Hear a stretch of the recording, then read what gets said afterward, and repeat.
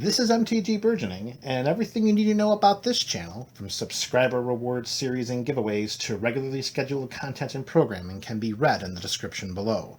It's Friday, so that means it's time for the Kitchen Table series. This is deck tech number 38. Is it Spell-Slinger? Yes, it is. Is it Spell-Slinger? Yes, it is. Is it Spell-Slinger? Ha ha ha ha ha.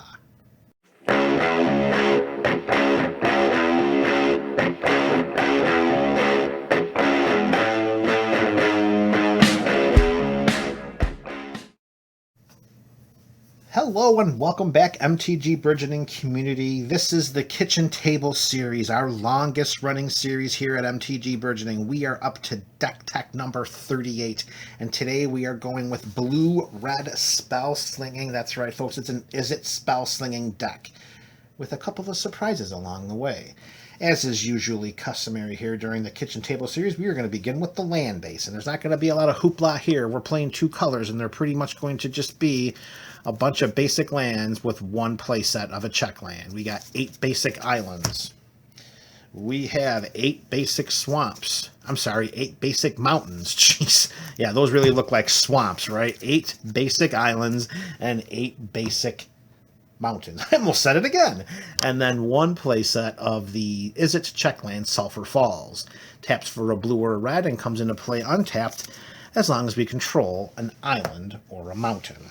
I almost said swamp again. As this is the Kitchen Table, I got black on the mind for some reason. As this is the Kitchen Table series, we will also include one copy of Sol Ring, and that will round out the mana base of this deck. 20 lands and 1 Sol Ring. That's a great way to start. All right, let's get into some of our spells to sling around. But before doing so, why don't we take a look at a few of the cards that are going to help us with those spells. First card is Primal Amulet, 1 copy of an artifact. It's 4 to come down. Instant and sorcery spells we cast cost 1 less to cast. And whenever we cast an instant or sorcery spell, we put a charge counter on Primal Amulet. Then, if there are 4 or more charge counters on it, we may remove those counters and transform this artifact into a land called Primal Wellspring. We can tap to add 1 mana of any color to our mana pool, and when that mana is spent to cast an instant or sorcery spell, we may copy that spell and choose new targets for the copy. So Primal Wellspring in the early game will help us to reduce the cost of our instants and sorcery spells, and in the mid to late game will act as a spell copier. 1 copy of Primal Amulets. As a way in which to refill our hand once we cast through all of these instant and sorcery spells, we're going to include a copy of this beauty, originally printed in Avacyn Restored, Reforged the Soul. 3 and 2 blue. I'm sorry, 3 and 2 red. What am I going colorblind today? 3 and 2 red. Each player discards their hand and draws 7 cards. So this is a Wheel of Fortune effect for a bit more mana. This isn't 2 and red. This is 3 and 2 red. However, for its miracle cost of 1 and a red, we can cast this card if it's the first card we draw during a turn, and then we get to do it for a much less cost. So 1 copy of Reforged the Soul is in the deck. And lastly, we are going to include 1 copy of Time Warp. 3 and 2 blue, target player takes an extra turn after this one. This is not an extra turn deck. I want to make that very apparent right now. We have 1 spell that allows us to take an extra turn. That is all. All right, so this is a spell slinging deck, so we need something to center around the slinging of these spells. So we're going to play with a full play set, going back to Zendikar, of Pyromancer Ascension. For 1 and a red, this enchantment reads, whenever we cast an instant or sorcery spell that has the same name as a card in our graveyard, we may put a quest counter on Pyromancer Ascension. Whenever we cast an instant or sorcery spell while Pyromancer Ascension has 2 or more quest counters on it, we may copy that spell and may choose new targets for the copy. It is not going to be difficult to get counters on Pyromancer Ascension. I can attest to that. 4 copies of what can be considered one of our ultimate win conditions in this deck. All right, now let's get down to our spells. Spell-Slinger, lots of play sets because we want to be able to get the counters on Pyromancer Ascension and then cast the spells that are going to be copied to win us the game. Starting with a full play set of Ponder. 1 blue, look at the top 3 cards of our library, put them back in any order, and then we may shuffle that library, and then we can draw a card. This is a great way to set up our Reforged of the Soul or any of the other potential miracle cards in this deck. 4 copies of Ponder. You're going to see a lot of 4-ofs here, folks. 4 copies of Vapor Snag. 1 blue, return target creature to its owner's hand. Its controller loses 1 life. We're not a very heavy creature deck, not at all, so we want to make sure that there are any troublesome or problematic creatures, that we have an open blue mana available to send that creature back to their owner's hand and make them lose a life for their efforts. 4 copies of Vapor Snag.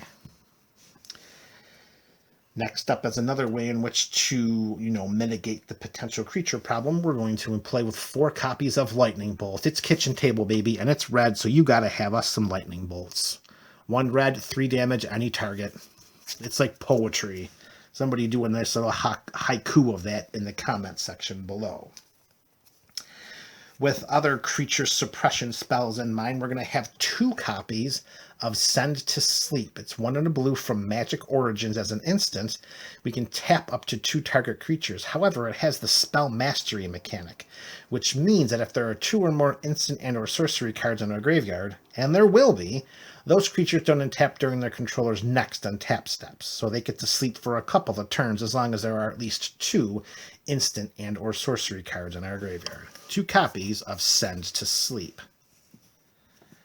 To counteract the tapping, not to counteract, let me say this, to go a different avenue with respect to creature suppression, we're going to play with 2 copies of Whiplash Trap. 3 and 2 blue, return 2 target creatures to their owner's hands. Not that great. However, if an opponent had 2 or more creatures enter the battlefield under their control this turn, we may pay 1 blue rather than pay Whiplash Trap's mana cost. That is massively effective. That is fantastic 2 unsummons for the price of 1. 2 copies of Whiplash Trap. Next up, we are going back to our full play sets, and we're going to play with 4 copies of Rail's Outburst. This instant for 2 blue and a red reads, Rail's Outburst deals 3 damage to any target. Look at the top 2 cards of your library, put 1 of them into your hand and the other into your graveyard. So we have a way in which to manipulate the top of our library. I'm sorry, not manipulate it, but we can get a card into our hand and then put 1 into our graveyard. So we're kind of, sifting a little bit, sorting out.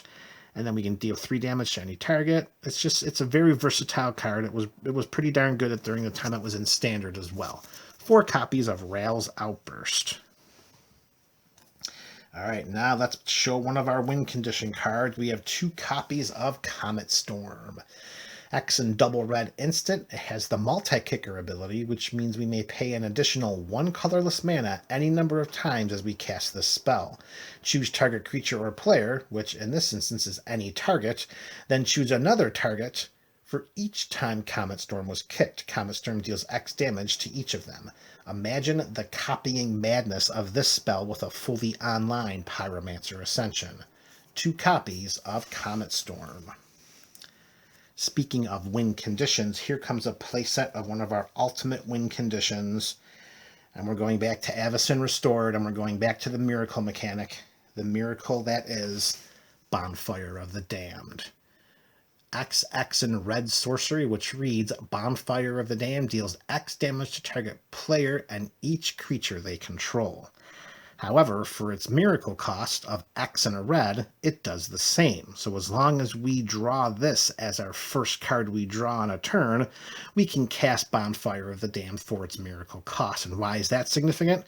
Well, let's just say we can make this a lot more devastating. When you have an X and the mana cost of a spell, you must meet X with each amount of mana. So for instance, if we're going to deal 5 damage to target player and each creature they control, and this is not the miracle cost, then we put 5 mana into the first X, we put 5 mana into the second X, and then we tap that red. So we're spending 11 total mana to deal 5 points of damage to target player or creature. If we pay this for its miracle cost for the exact same amount of mana, we're dealing 10 points of damage. And if we have a Pyromancer Ascension online, we could potentially win the game just with one of these being cast. Full playset of Bonfire of the Damned.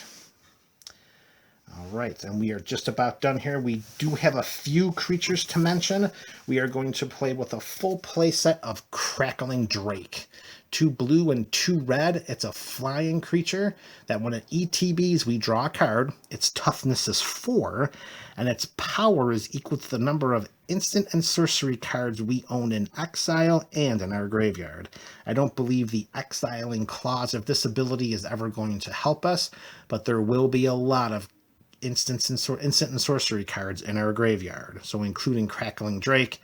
Let's be honest, this could act as a potential win condition for us. 4 copies of Crackling Drake. And lastly, we got 2 more spells to include. It's 2 copies of the same creature. And honestly, here at MTG Burgeoning, we have an affinity for this creature. It's been around Magic for quite some time. It's had many iterations. And truly, genuinely, how could you create an Izzet spell-slinging deck without one version of Niv? It's just not possible, folks. So here he is, Niv-Mizzet Perrin, triple blue, triple red, 5/5 legendary dragon wizard. This spell cannot be countered. It is a flyer, of course, and whenever we draw a card, Niv-Mizzet Perrin deals 1 damage to any target. Whenever a player casts an instant or sorcery spell, we draw a card.